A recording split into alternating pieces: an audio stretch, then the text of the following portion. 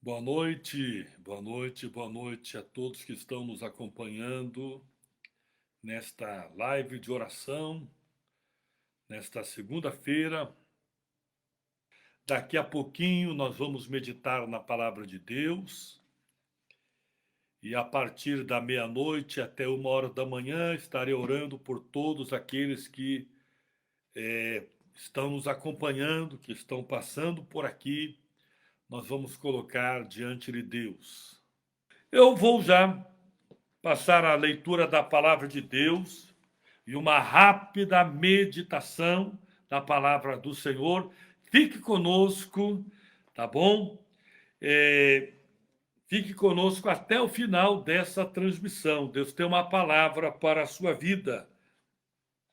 No livro de Atos dos Apóstolos, capítulo 12.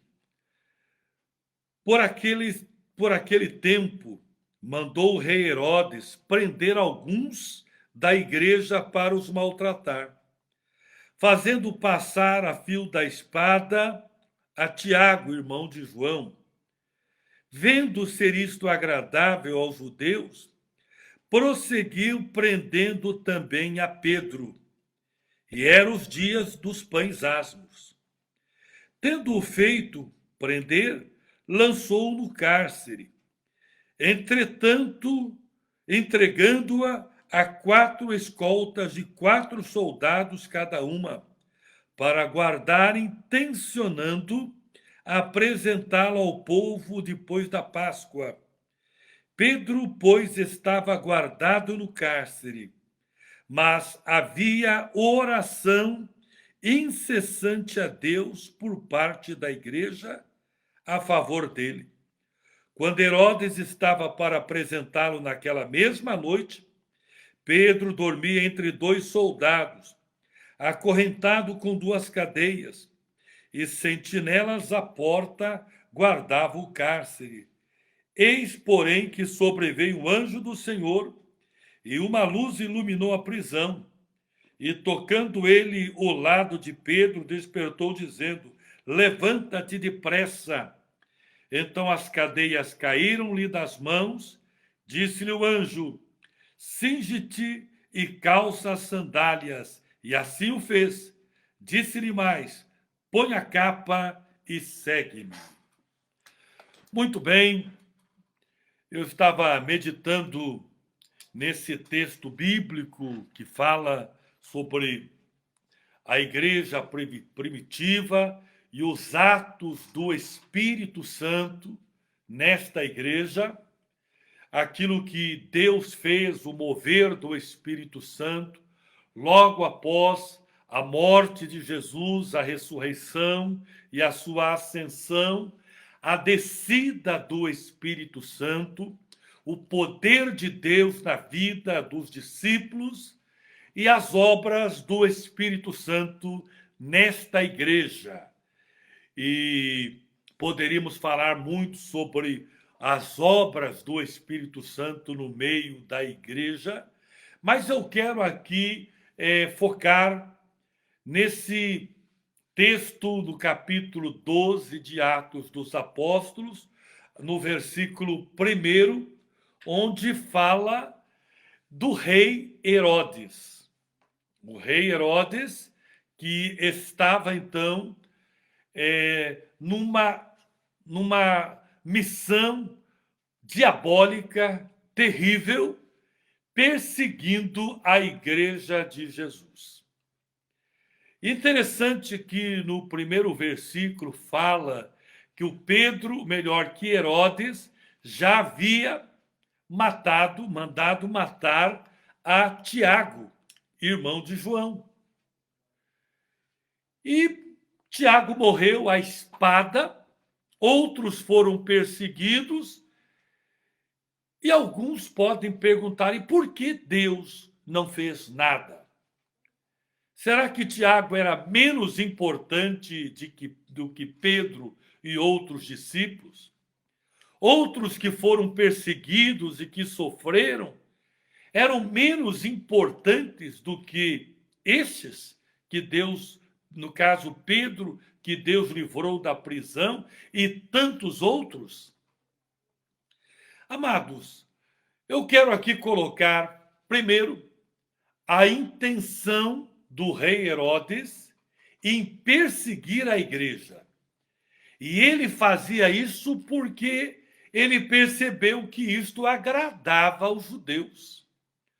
Politicamente, o rei estava recebendo aplausos e apoio para suas atrocidades. Então, eu quero que você reflita um pouco sobre isso. Os dias que nós estamos vivendo, e não tenha dúvida que estamos sofrendo perseguições. A Igreja de Jesus está sofrendo perseguições, ataques diabólicos. Alguns podem dizer, mas comigo não. Eu sou a Igreja de Jesus.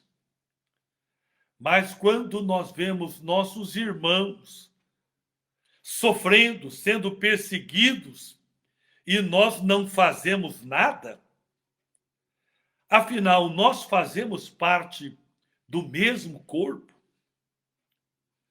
Quando nós vemos a Igreja de Jesus sendo atacadas, os valores que nós acreditamos e pregamos, esses valores sendo confrontados, pessoas atacando aquilo que a gente acredita, a família, as crianças sendo vítimas da pedofilia, e leis no nosso país, projetos de lei querendo fazer com que a pedofilia seja normatizada e liberada, uma vez que querem com que crianças de 12 anos tenham direito ao ato sexual, e coisas desse tipo, o aborto sendo liberado até 6 meses de gestação, como a gente vê na Colômbia, coisas desse tipo,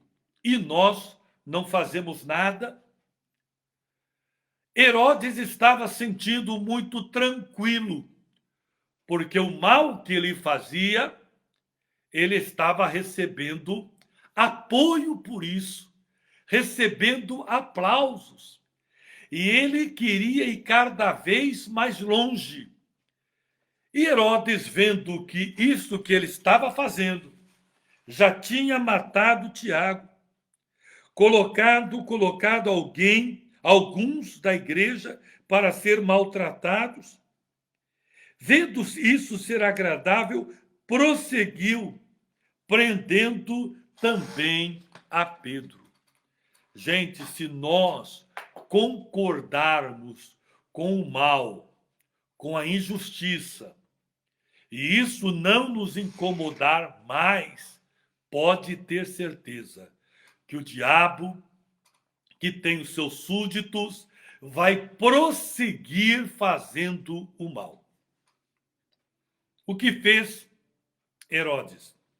Prendeu a Pedro com a intenção de matá-lo, iria apresentá-lo ao povo no dia da festa de Páscoa, e tudo estava planejado. Mas para não correr nenhum risco, ele colocou 4 escoltas de 4 soldados, totalizando 16 soldados para cuidar de uma única pessoa, Pedro. Por que tanto cuidado assim? Por que tanta segurança? Por que tanta vigilância? Porque ele sabia o que foi feito com Jesus. Quando Jesus foi sepultado e os soldados não puderam deter, e a pedra foi revolvida e Jesus ressuscitou. Porque sabe que contra o poder de Deus não há força que consiga prevalecer. Na verdade, nós precisamos justamente mostrar que a guerra contra a Igreja de Jesus não é uma guerra simplesmente contra pessoas, mas é uma guerra contra o próprio Deus. A afronta contra a Igreja de Jesus É uma afronta contra o próprio Deus. Nós vimos num passado não muito distante, nós vimos a imagem de uma figura de alguém representando Jesus sendo humilhado numa festa, numa passarela de carnaval, onde Jesus perdendo para o diabo. A encenação da figura de Jesus numa cruz sendo representado de uma forma humilhante, vexatosa. E aí vai prosseguindo filmes e tantas coisas ridicularizando a pessoa de Jesus. É óbvio que se trata ali de um personagem, mas que representa alguém maior, superior, que é o Senhor Jesus e que é o nosso Deus. O que acontece? Pedro estava preso, acorrentado entre dois soldados, policiais, soldados na porta do cárcere, amarrado estava Pedro. Mas o que aconteceu? A igreja orava intensamente por Pedro. A igreja entendeu que havia uma guerra espiritual. A igreja fazia orações intensas, incessantes a Deus a favor de Pedro. Será que nós estamos orando quanto deveríamos orar ou estamos conformados com as coisas que estão acontecendo?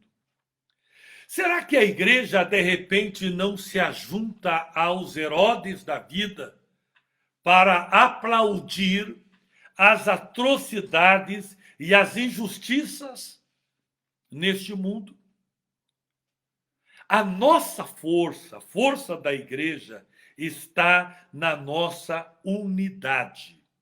Unidade nas nossas orações, a unidade nas nossas ações. Precisamos ouvir o sonido da buzina quando ela nos diz para partirmos para a guerra, quando ela nos ensina a pararmos, enfim, precisamos da direção de Deus, ouvir a voz de Deus. A igreja precisa ter discernimento. Qual é a intenção do inimigo? Nos dividir. Dividir a igreja, lançar uns contra os outros. E aqui nós vemos a igreja decidiu orar por Pedro. Poderia pensar, deixa quieto, já foi Tiago, já foram outros perseguidos e maltratados. Se Deus quiser levar Pedro, não tem problema. Mas não, a igreja se posicionou. Ela colocou diante de Deus a vida de Pedro.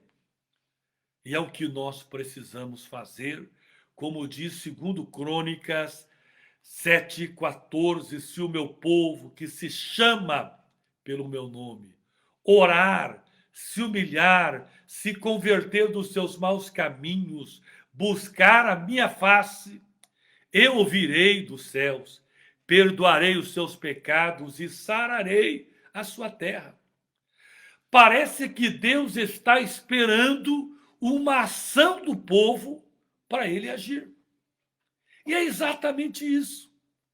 Deus disse: eu vou sarar a terra, mas eu quero que o meu povo, não basta ser povo de Deus, precisamos ter atitudes de um povo que tem Deus como Deus e Jesus como o Senhor de suas vidas. E nós vemos aqui que a igreja orava incessantemente por Pedro e Deus agiu. Eu vi alguém fazendo um comentário até sobre esse texto. Não, a igreja só tem que orar. A igreja não precisa fazer nada. A igreja só tem que orar. Olha, se você for olhar na Bíblia, a gente vê muitas situações onde a igreja só orou. A gente vê outras ações, hoje onde a igreja teve que ocupar territórios, teve que ter algumas ações. A gente vê milagres onde pessoas foram até Jesus, tiveram que fazer alguma coisa, mais do que a oração, ações. A oração fala da nossa conversa com Deus. E conversar com Deus não é só falar, mas é ouvir a Deus. E quando ouvimos a Deus, nós temos que obedecê-lo. Muitas vezes nós nem queremos ter o nosso tempo a sós com Deus, porque a gente não quer ouvir Deus. Porque quando Deus fala, nós temos que obedecer. Então, é engano acharmos que nós temos apenas que orar e falar com Deus e deixar Deus fazer. Não. Quando nós oramos, nós abrimos as portas para ouvir Deus, recebermos dele a direção e fazermos aquilo que ele quer que a gente faça. A gente vê isso com Moisés, recebendo instrução de Deus.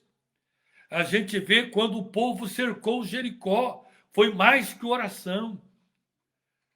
E tantas batalhas que se venceram, que foram vencidas, onde o povo com Deus, ouvindo a voz de Deus e fazendo aquilo que ele quer. É óbvio que existem coisas que só Deus pode fazer.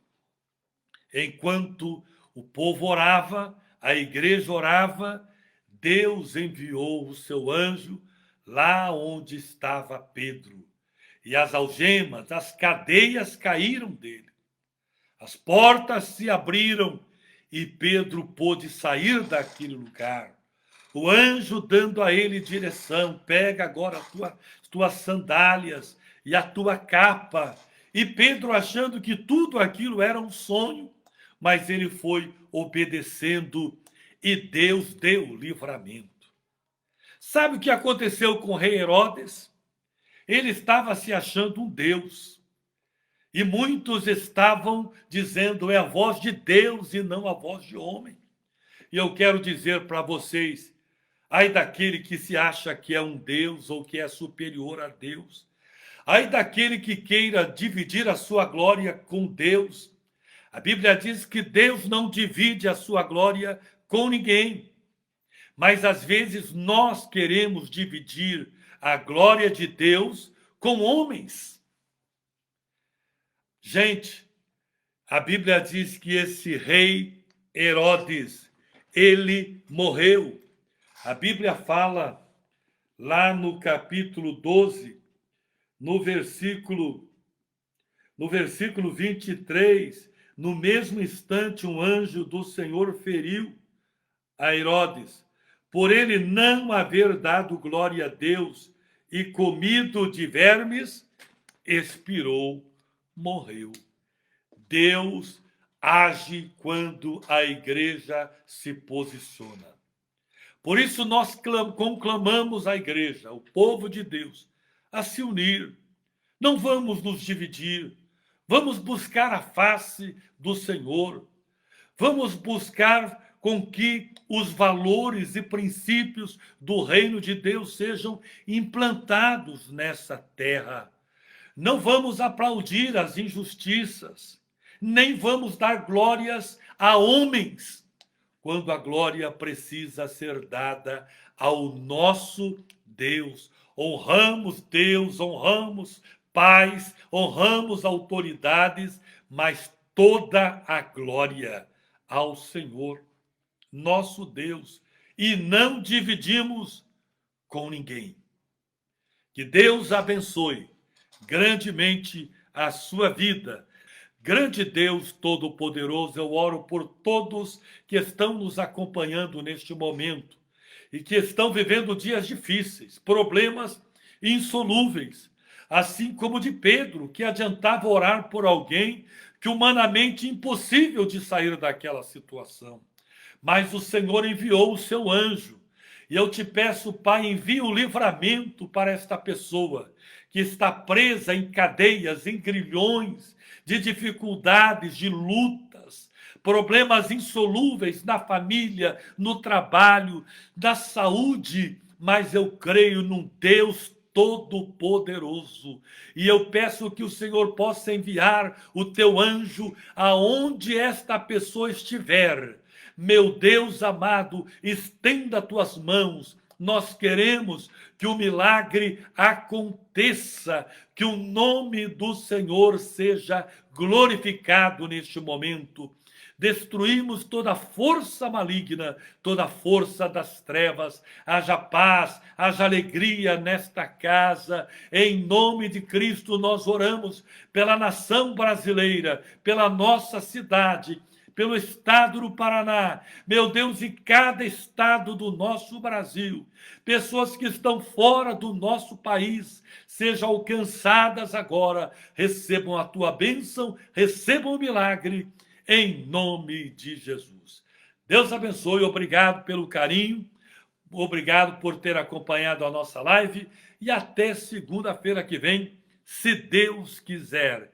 Fique na bênção do Senhor Jesus.